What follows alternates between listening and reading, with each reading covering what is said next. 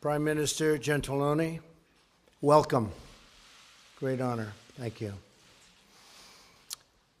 It's wonderful to have you in our wonderful People's House, known as the White House. And so many great Italian friends are with us today. And we renew always the deep ties of history and friendship that link together the American and the Italian peoples. That history traces its roots to the timeless contributions of Italy to civilization and human progress, so true. Stretching all the way back to ancient Rome, through the ages, your country has been a beacon of artistic and scientific achievement. That continues today. From Venice to Florence, from Verdi to Pavarotti, friend of mine, great friend of mine. These bonds of history and culture have only grown stronger as our two nations have become close partners, dear friends, and very vital allies. Mr. Prime Minister, I'm thrilled that you are here today to discuss how we can make this great relationship even more productive in the years to come. On the economy, Italy is one of America's largest trading partners. A lot of people don't know that. We both seek a trading relationship that is balanced, reciprocal. I love the word reciprocal, because we don't have too many reciprocal trading partnerships, I will tell you that, but we will very soon. And fair, benefiting both of our countries, and we can work together to achieve that outcome, and that will happen. Italy is also a key partner in the fight against terrorism. Italy is now the second largest contributor of troops to the conflicts in Iraq and Afghanistan.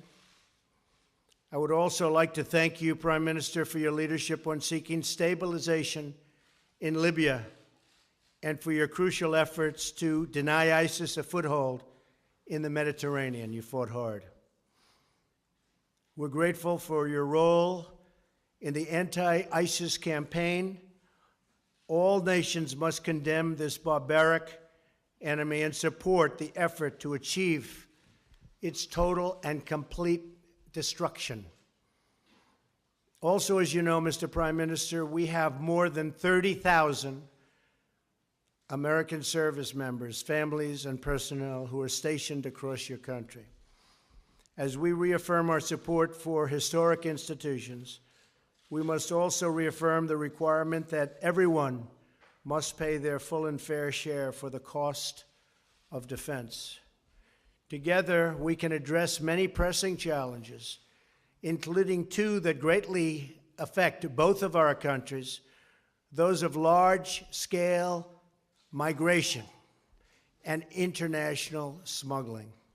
Maintaining strong borders is a vital component of any security policy. And a responsible approach to refugees is one that seeks the eventual return of refugees to their home countries so that they can help to rebuild their own nations. Finally, I want to say how much I look forward to visiting Sicily for the G7 as we seek to foster cooperation, not only in matters of security, but also science, commerce, health, and technology. Our two countries have shared interests and shared values, and we can each make great contributions to the other. Mr. Prime Minister, I again want to thank you for being with us and being our true friend. Italy is a spectacular place. I know it well. I love the people of Italy. We have 18 million Italians living in the United States, people originally from Italy. And it's a great honor to have many of them as my friends. Thank you for being here. Thank you, Mr. President.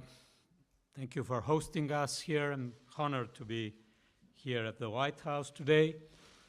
And I'll now switch to Italian.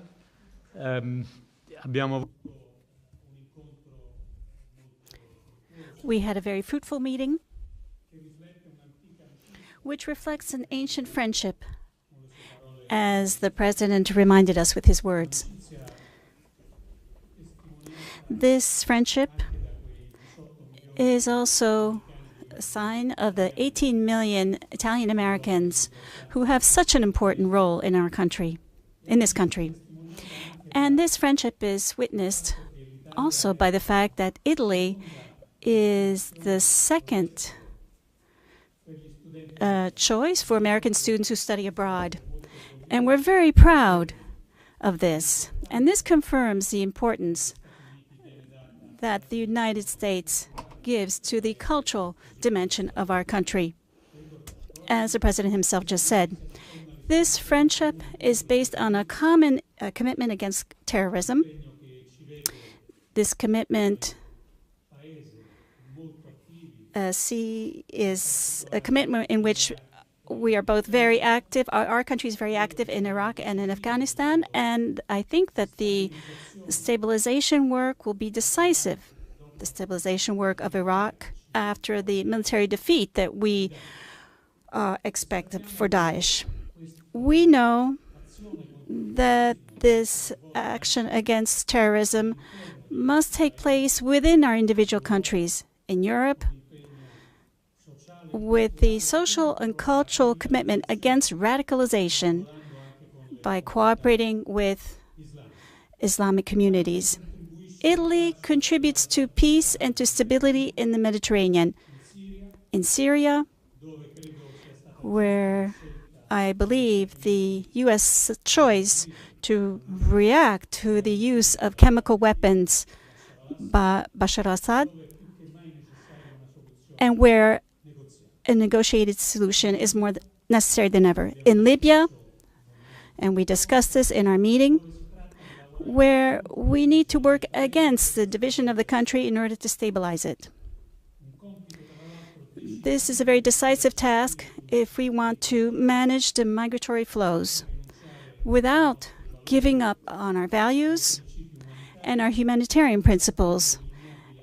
And we need to contrast the horrible traffic of people and clandestine refugees. Italy is convinced of its strategic commitment in favor of the transatlantic relationship. We have also spoken about common commitments in NATO and the goals that were identified in 2014 and the commitments on military expenses and the contribution that each country must make towards collective security. We are proud of our contribution. And finally, Italy is a country of dialogue. We are proud because we succeeded in keeping open the doors in difficult crises. Dialogue can be useful even vis-à-vis Russia, without obviously giving up our unity and our principles, and without giving up our strength and our values. I also told President Trump that we have confidence, even though this is a difficult moment, and we all know it's difficult right now. We have confidence in the future of the European Union, and certainly in the importance of the relationship between the U.S. and Italy. These are the two pillars that the transatlantic relationship is based on, and great part of peace and freedom in the world. We are going through a difficult time, but I have confidence that the European Union will continue to be a positive response to this. And finally, we are expecting and look forward to the President's visit to the summit in Taormina. And I trust that this will be the opportunity to show him the unity of our leaders and of the principal free economies of the planet. Because right now, we really do need this unity. Once again, thank you, Mr. President. Thank you very much, sir. Thank you. Appreciate it. Take a few questions. John Roberts of Fox, please. Mr. President, thanks so much. I hope you'll forgive me for asking you a three-part question. It's been a while. In just the last few minutes, and I believe it was while you were meeting with the Prime Minister, there was a shooting in downtown Paris. It's being described as a potential terrorist attack. I wonder if you have something on that. And further to that, two of the big trouble spots that you're dealing with right now, North Korea and Iran. Do you believe that the leader of North Korea, Kim Jong-un, is mentally unstable? Is that one of the reasons why you're so concerned about these latest developments? Is he a man who can be reasoned with? And on Iran, do you have reason to suspect that they are cheating on the JCPOA? And to Mr. Prime Minister, you talked just a moment ago about your commitment to NATO. President Trump would like to see all NATO members contribute 2% of their GDP to NATO. Your contribution is slightly less than 1%. Will you commit to committing 2% of your GDP to the alliance going forward? Thank you. Well, first of all, I love the question you asked the Prime Minister. I look forward to his answer, because I'm going to be asking him that same question very soon. Well, first of all, our condolences from our country to the people of France. Again, it's happening, it seems. I just saw it as I was walking in, so that's a terrible thing, and it's a very, very terrible thing that's going on in the world today. But it looks like another terrorist attack, and what can you say? It just never ends. And we have to be strong and we have to be vigilant, and I've been saying it for a long time. As far as North Korea is concerned, we are in very good shape. We're building our military rapidly. A lot of things have happened over the last short period of time. I've been here for approximately 91 days. We're doing a lot of work. We're in very good position. We're going to see what happens. I can't answer your question on stability. I hope the answer is a positive one, not a negative one. But hopefully that will be something that gets taken care of. I have great respect for the president of China. As you know, we had a great summit in Florida and Palm Beach, and got to know each other, and I think like each other. I can say from my standpoint, I liked him very much, I respect him very much, and I think he's working very hard. I can say that all of the pundits out there are saying they never have seen China work like they're working right now. Many coal ships have set back, many other things have happened. Some very unusual moves have been made over the last 2 or 3 hours, and I really have confidence that the president will try very hard. We don't know whether or not they're able to do that, but I have absolute confidence that he will be trying very, very hard. And one of the reasons that we're talking about trade deals and we're talking about all of the different things, but we're slowing up a little bit. I actually told him, I said, you'll make a much better deal on trade if you get rid of this menace or do something about the menace of North Korea, because that's what it is. It's a menace right now. So we'll see what happens. As far as Iran is concerned, I think they are doing a tremendous disservice to an agreement that was signed. It was a terrible agreement. It shouldn't have been signed. It shouldn't have been negotiated the way it was negotiated. I'm all for agreements, but that was a bad one, as bad as I've ever seen negotiated. They are not living up to the spirit of the agreement, I can tell you that. And we're analyzing it very, very carefully, and we'll have something to say about it in the not-too-distant future. But Iran has not lived up to the spirit of the agreement. And they have to do that. They have to do that. So we will see what happens. Thank you very much, John. Thank you, Mr. President. Prima di tutto, First of all,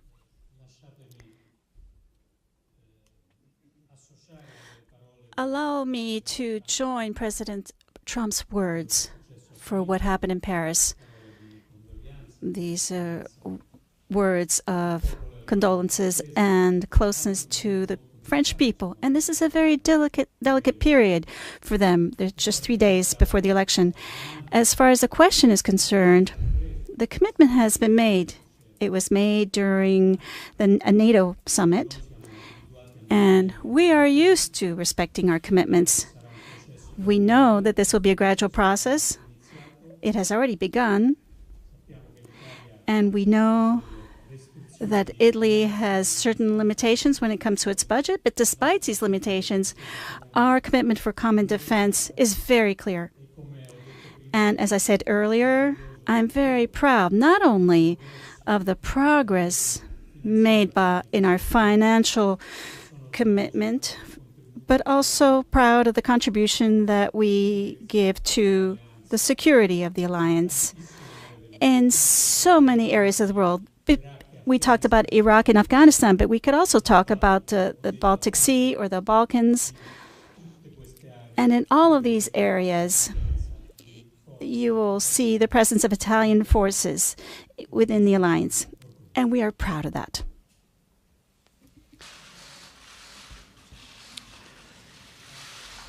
Giovanna Pancari. Sky News. Sky Italia. Prima per...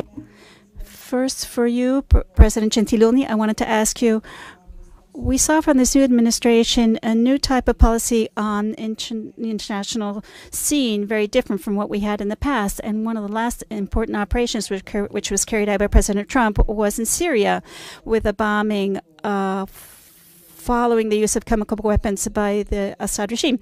I wanted to ask you, does Italy think or conceive a possibility to take action in more action in Syria? Since my colleague from Fox News did, so I'm going to take as well the possibility to ask you two questions. First of all, about European Union. You have said in the past that Brexit was a great thing and that you think that other countries will follow. So you know that Italy is an important player and supporter of European integration. Do you believe that actually a strong Europe is important for the United States, also looking forward at the French election? And then the second question is that you said that you're looking forward to come to Italy for the G7, and I wanted to know if you're also looking forward, if it's going to be possible to meet Pope Francis during your Italian trip. Thank you. Syria. Syria.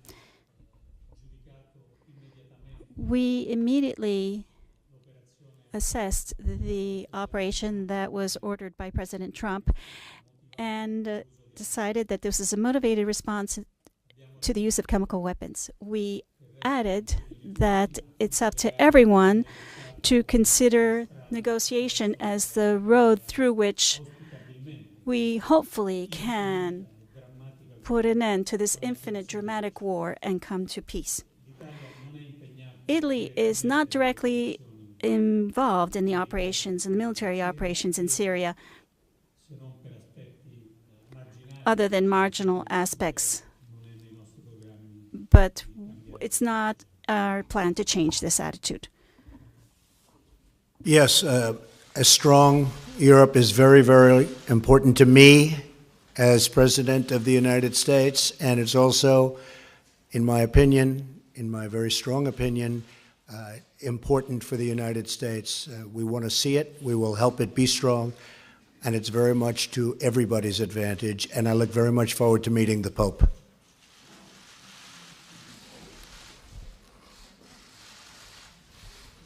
Fabian of the Hill. Fabian? Yes. Thank you, Mr. President. Some people on Capitol Hill believe you can get one of two things next week: a vote on health care or a vote on a government funding bill. So my question is, which one is more important to you to have, a vote on health care or a vote on a bill to keep the government open? And Mr. Prime Minister, I want to get your thoughts on a referendum in Turkey that occurred last week. You spoke about democratic values in the European continent, so are you concerned with the result of the Turkish referendum, and is that something that you discussed with President Trump? Okay, I want to get both. Are you shocked to hear that? And we're doing very well on health care. We'll see what happens. But this is a great bill. There's a great plan. And this will be great health care. It's evolving. You know, there was never a give up. The press sort of reported there was like a give up. There's no give up. We started. Remember, it took Obamacare 17 months. I've really been negotiating this for 2 months, maybe even less than that, because we had a 30-day period where we did lots of other things the first 30 days. But this has really been 2 months. And this is a continuation. And the plan gets better and better and better. And it's gotten really, really good. And a lot of people are liking it a lot. We have a good chance of getting it soon. I'd like to say next week, but it will be, I believe we will get it. And whether it's next week or shortly thereafter. As far as keeping the government open, I think we want to keep the government open. Don't you agree? So, yeah, I think we'll get both. Thank you.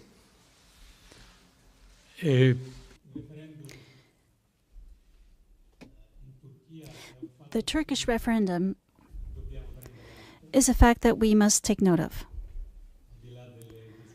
Leaving aside any debates that can take place about how the vote took place, but I believe that the European leadership have taken note of the vote. The consequences will depend a great deal on how the Turkish government and President Erdogan especially will take into account almost half of the population's expression of a different opinion. Will there be an inclusive approach, or will there be a confrontation in this part of Turkey? This will be very important. For us in the European Union, the other thing that's going to be very important is the respect of the certain fundamental principles.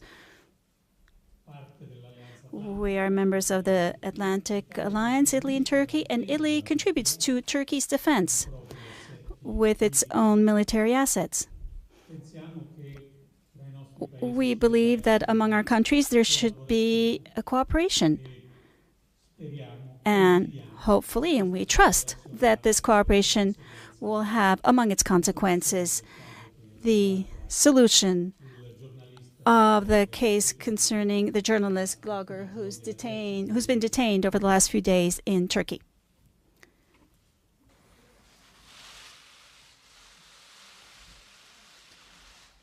Giornale Radio. Italian Radio.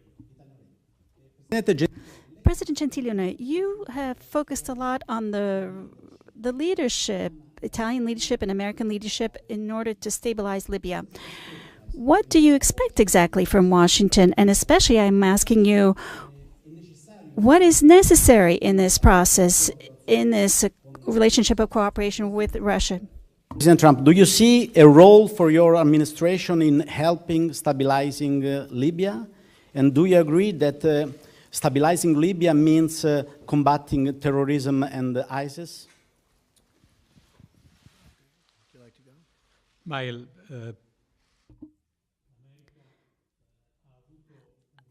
America has played a very key role, first of all, to prevent the consolidation of an important basis for terrorism while Daesh was undergoing defeats in Iraq and Syria. There were operations that were sustained by the U.S. against Daesh in the city of Sirte, which were successful. Now the commitment must be political, and therefore in the cooperation between the U.S. and Italy and other key partners in the region, the goal is to broaden the basis of a consensus for the Tripoli government, which is recognized by the international community, but which must be able to count on a broader consensus. I believe that one clear goal should be this. We need the region, and we need countries like Egypt and Tunisia that are close to Libya. We need a stable and unified Libya. A divided country and in conflict would make stability worse. The U.S.'s role in this is very critical. I do not see a role in Libya. I think the United States has right now enough roles. We're in a role everywhere. So I do not see that. I do see a role in getting rid of ISIS. We're being very effective in that regard. We are doing a job with respect to ISIS that it has not been done anywhere near the numbers that we're producing right now. It's a very effective force we have. We have no choice. It's a horrible thing to say, but we have no choice. And we are effectively ridding the world of ISIS. I see that as a primary role, and that's what we're going to do, whether it's in Iraq, or in Libya or anywhere else. And that role will come to an end at a certain point, and we'll be able to go back home and rebuild our country, which is what I want to do. Thank you all very much. I appreciate it. Thank you.